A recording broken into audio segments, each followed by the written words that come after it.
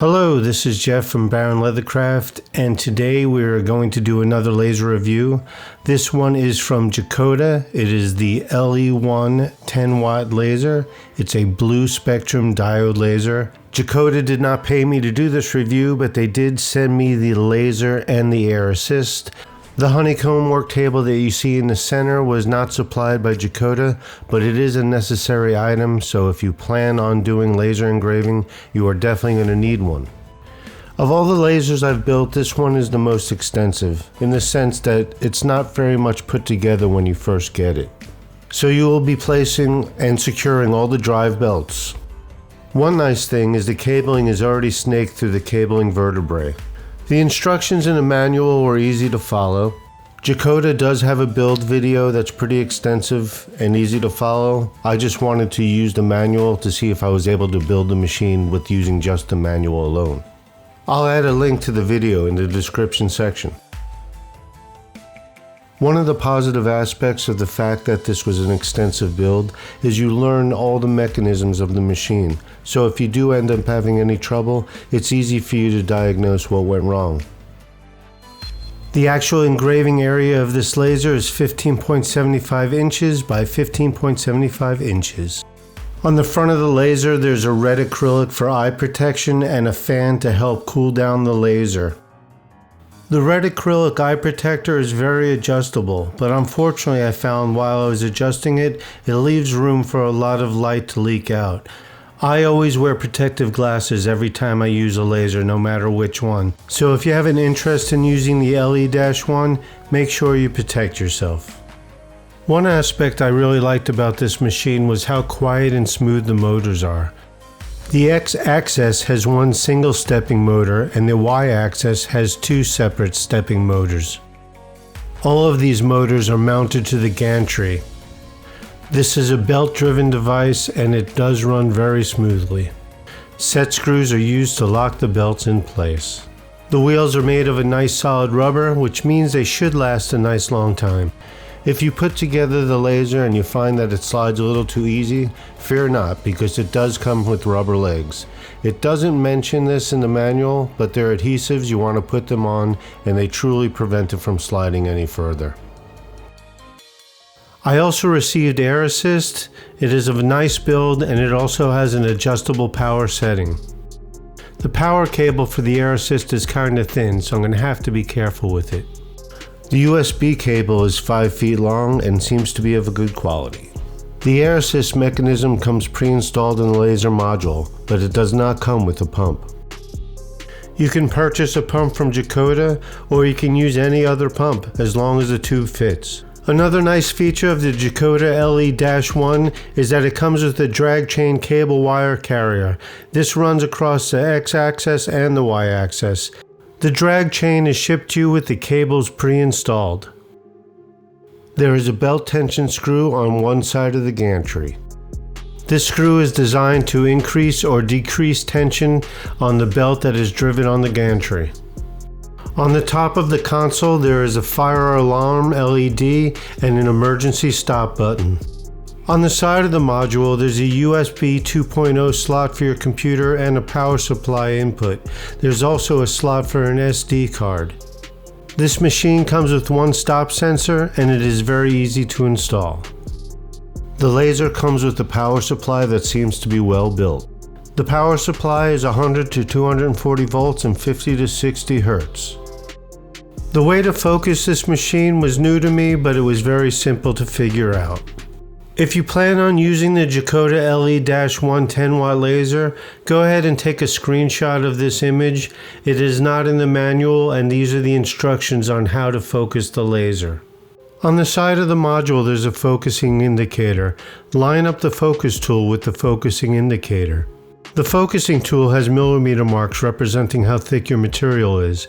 Now turn the knob to either raise or lower the laser module. If you're engraving, set this to 0, but if you're going to be cutting any material, make sure you set it to the amount of millimeters of the thickness of the material. If your project includes cutting and engraving, leaving at 0 has worked for me so far. With thicker materials, you might have to do more than one pass. Alright, now it's time to have some fun with this laser. I'm going to start with engraving and cutting some wood. It's very easy to frame material with this laser. As you see, there's a laser tracing this coaster right now. It's going to fall off for a second, but all you do is adjust the material right there. You see how now you can see the laser again? It's just a matter of keeping an eye on the laser and making sure it's framing it. If you notice, when I go around this corner, I lose it and I move the material. There you go. It's very simple. You just got to keep track of where the laser is.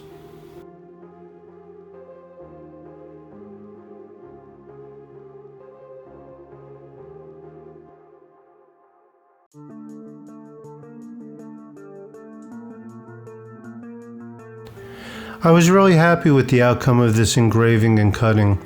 If you notice, I didn't use any air assist, and that's why you kind of see a smoky haze around each of the objects. Sometimes I do that to the benefit of the object.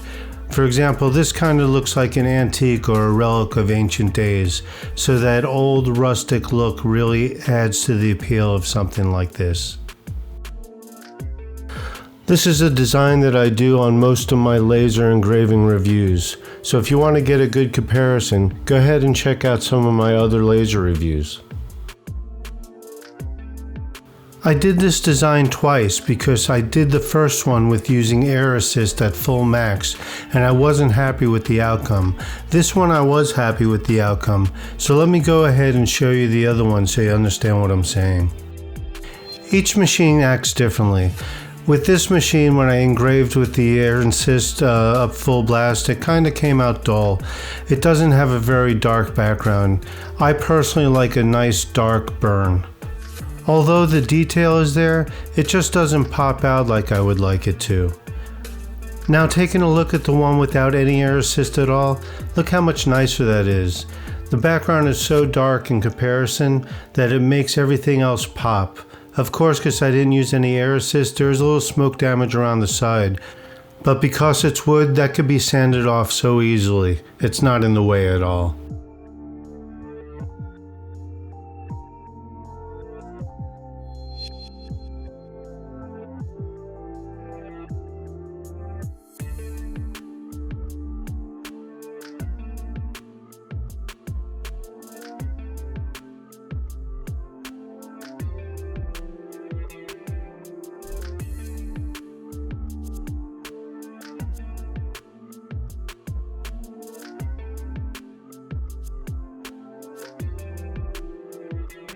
This is also a design that I do on a lot of my laser engraving reviews, so if you want a good comparison, go ahead and check out some of the other reviews.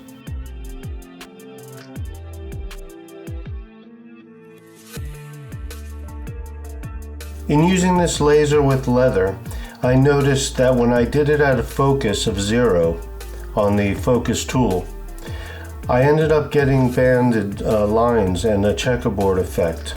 This one I did at 5,000 millimeters a minute and 60% power.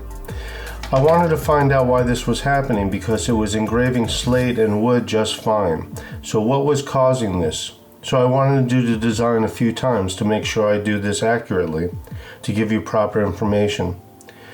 I went ahead and did this engraving and I backed off of the focus. So instead of doing it at 0, I actually did it about 5 millimeters above 0.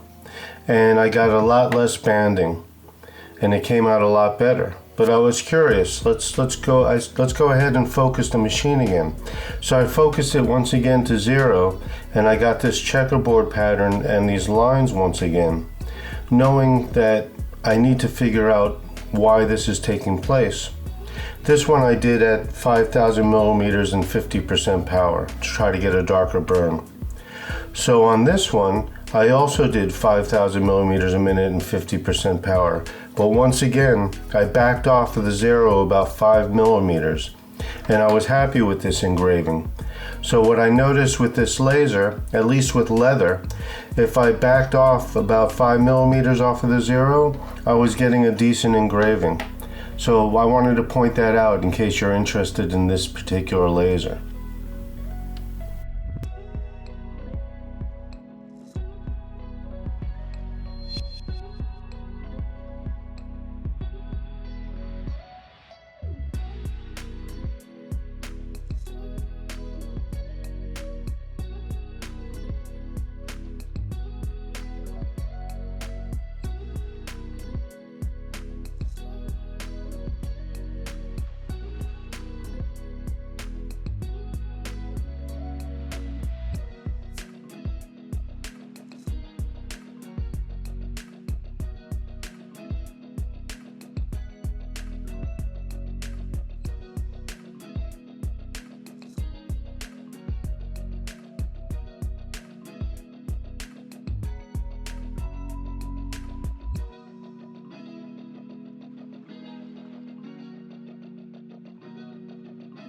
When it comes to slate, I was able to dial it in pretty well. This was the first slate I did, and I did this at 5,000 millimeters a minute and 60% power. I felt that that power level was a little too high because you could see the yellowing right here. And for that reason, I went ahead and changed my settings. That's what I would normally use for a lot of my lasers. So I went ahead and went to 40% power at 4,000 millimeters a minute, and I was actually very happy with the outcome of that. It looks nice, and this is very usable. This is something I would be happy with. I went ahead and also used a coating of lacquer on this one. That's why it's shining.